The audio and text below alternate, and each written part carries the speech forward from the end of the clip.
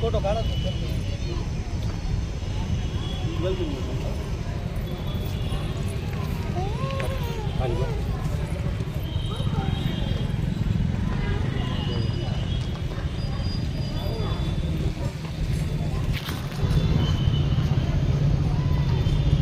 पुंडला सकाराम पाटील राहणार सात्री पुनर्वसनाच्या संदर्भामध्ये आम्ही इथं जळगावमध्ये आलेलो आहेत. आम्ही सर्व ते गावाचं असं पुनर्वसन झालेलं आहे.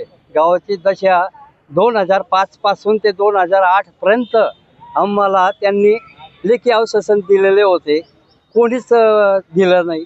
आणि अनिल आमदाराने 27/5/2022 रोजी आम्हाला सर्व हे लेटर पण त्यांनी अडवलं.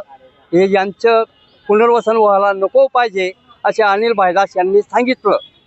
आणि आता अनिल भाईदासला मी काल फोन केला, त्याने म्हणे पुनर्वसन मी करून देऊ, पण ते केव्हा करणार? आम्हाला 17 तारीख दिलेले आहे, 17 तारीख तुम्हाला मिळणार नाही असं सांगितलं होतं अनिल भाईदासने. निवडणूक चालू आहे, असं आहे तसं आहे असं सांगू लागले. पण आमची दशा अशी झालेली आहे, गावाची 35 घरांचा पंचनामासुद्धा झालेला आहे. पंचनामा झाला आणि 175 घरांना 2008 मध्ये ते जमिनीचं भूसंपादन केलेले पराठ पाडले. पण नवीन याच्यामध्ये नवीन सात्रीमध्ये शाळा झालेले, टाकी झालेले, ग्रामपंचायत झालेले, काही सर्व झालेलं आहे. त्या ठिकाणी कोणतंच खोटं नाही आहे. आम्ही गिरीश महाजनला सुद्धा भेटायला गेलो, काही अनिल भाईदासला सुद्धा 2021 मध्ये भेटायला गेलो.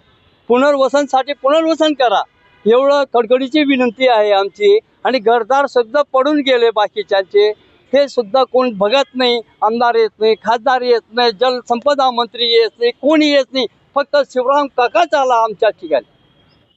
आम्ही सात्रीचे सगळे नागरिक, आमचं 2008 सालीच पुनर्वसन होणार होतं. त्या ठिकाणी कलेक्टर साहेबांनी बी सांगितलं आम्हाला की तुमचे प्लॉट वाटप आम्ही करून देतोय. आमच्या आमदार साहेबांनी बी, आम्ही काल आमदार साहेबांना फोन लावला, अनिल दादांना. आमच्या आमदार साहेबांनी दादा आंबेडचे त्यांनी आम्हाला सांगितलं की भाऊ तुमचे 2008 पर्यंत जे मंजूर झालेले प्लॉट आहेत ते तुम्हाला देण्याचे मी कलेक्टर साहेबांना मी सांगितलेलं आहे. त्यांचाही अडथळा आता दूर झालेला आहे. आम्ही कलेक्टर साहेबांनाही सांगितलं, कलेक्टर साहेबांनी सांगितलं. कलेक्टर साहेबांनी सांगितलं की तुम्हाला आमचा कोणत्याही प्रकारचा अडथळा राहिलेला नाही, तुमचे प्लॉट वाटप आम्ही आपण ताबडतोब करत आहोत. त्यांनी आम्हाला 17 तारखे दिलेली होती.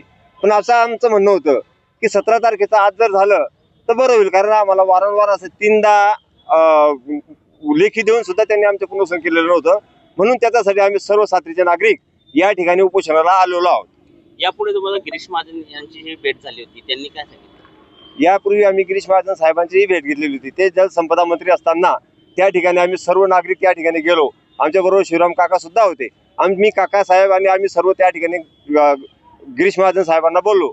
महाजन साहेबांनी आम्हाला आश्वासन दिलेलं होतं की आम्ही प्लॉट वाटप ताबडतोब, मी कलेक्टर साहेबांना फोन लावतो आणि प्लॉट वाटप करायला तुम्हाला सांगतो. आता मुख्य मागणी काय राहणार? आमची मुख्य मागणी एकच आहे, आमचं लिगली काम आहे. आम्ही पुनर्वसन ही आमची लिगली काम आहे. आम्ही जनतेसाठी आणि या देशासाठी आम्ही बराच मोठा त्याग करतोय, का आम्ही घरदार सोडतोय.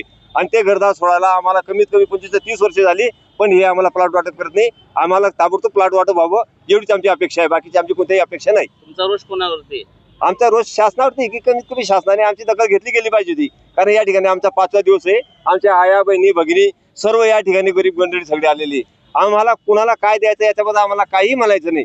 फक्त आम्ही जे लोक त्या ठिकाणी आलेलो आहोत, जे सरकारने निर्गमित केलेले प्लॉट आहेत ते प्लॉट आम्हाला वाटप करण्यात यावे. आमचं कोणत्याही प्रकारचं म्हणणं नाही, जे सरकारचं आहे तेच आमचं म्हणणं आहे. फक्त त्यांनी द्यावं एवढीच आमची मागणी आहे. किती वर्षापासून हा विषय प्रलंबित आहे? हा कमीत कमी 25 ते 26 वर्षापासून हा विषय प्रलंबित आहे. नाव आपलं? माझं नाव राजेंद्र भाऊराव पाटील, राहणार सात्री, तालुका अंबरनाथ, जिल्हा जळगाव. आम्हाला फक्त पुनर्वसनाची गरज आहे. आम्हाला प्लॉट वाटप करून द्यायला पाहिजे. आम्ही आमच्या हक्काची लढाई लढतोय.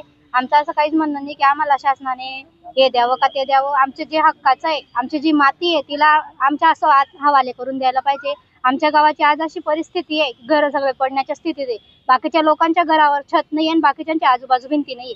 ते लोक अक्षरशः कागद लावून राहतात. ही बघा तुम्ही गावाची परिस्थिती कशी आहे, तुम्ही बघू शकता. बॅनर लावलेला आहे, त्या बॅनर मध्ये बघा कशी परिस्थिती आहे आमच्या गावाची. घर सगळे पळून गेलेले लोक तशा घरांमध्ये राहत आहे. आमचा जीवन मरणाचा प्रश्न उठतोय हा दरवर्षी पावसाळ्यामध्ये घर रगडता खाली आम्ही बादल्या लावून पाणी झेलतो आणि ते पाणी फेकतो. आमच्या गावात जर आमचा जीवन मरणाचा प्रश्न आहे, इकडनं नदी तिकडनं तापी आहे, मध्ये पाण्याचं हे येतं, मग आम्ही जायचं कुठे? आमचं जीवन मरणाचा प्रश्न तिथं उठतोय, मग आम्ही इथंच बसून मरतो ना. कारण आम्ही तिथं मरण्यापेक्षा इथं मरतो. शासनावर आमची जबाबदारी राहील, आम्ही इथं बसून मरतो. आम्ही शासनाला वारंवार सूचना केल्या की आमचं गाव पुनर्वसन करून द्या, भूखंड वाटप करून द्या. तिथं सगळी प्रक्रिया झालेली आहे. तिथं टाकी झालेली आहे, शाळा झालेली आहे, ग्रामपंचायत झालेली आहे, गटारी झालेल्या आहेत, विजेचे पोल उभे केलेले आहेत. मग सात्री गावाचे गोळ आडले कुठे?